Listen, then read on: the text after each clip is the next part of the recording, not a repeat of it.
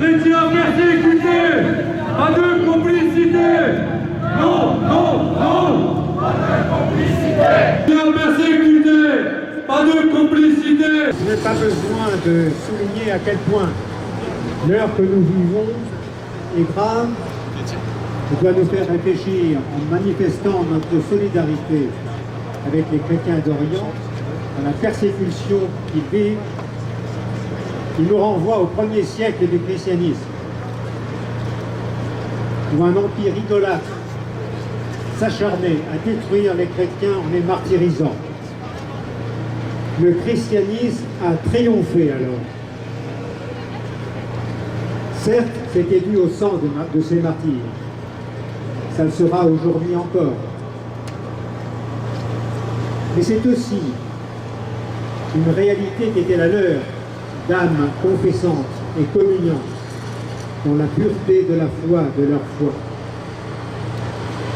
Ces événements nous projettent aussi dans l'avenir, dans notre avenir, à nous chrétiens d'Occident et de France en particulier. L'archevêque de Mossoul nous en a prévenu l'année dernière. Ce que nous vivons, vous le connaîtrez un jour.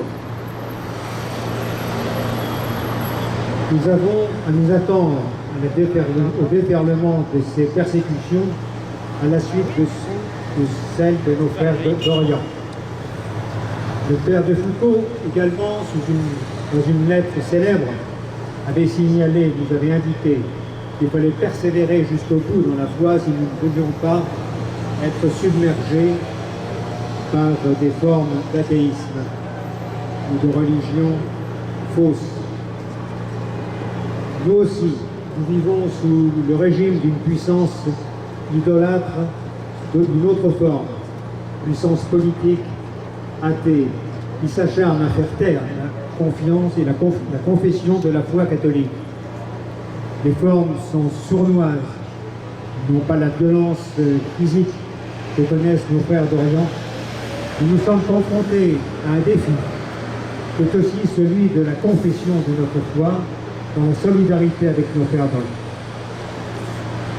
Nous devons retrouver la ferveur qui ne peut venir que du feu de l'autel, de la puissance, de la grâce eucharistique.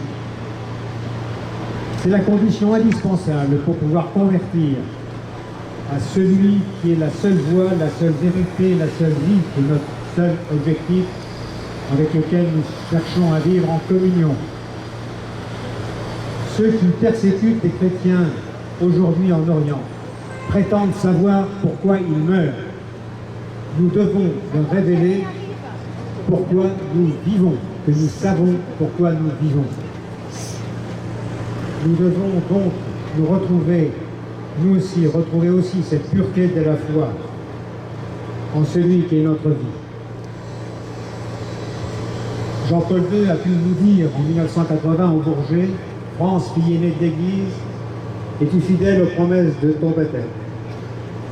Aujourd'hui, dans l'amitié et l'amour avec nos chrétiens, nos frères persécutés, je me permets de vous dire à eux et à nous, Père d'Orient et France, sommes-nous fidèles aux promesses de notre baptême et sachons en retrouver toute la vigueur, toute la puissance et toutes les capacités de résurrection. Merci.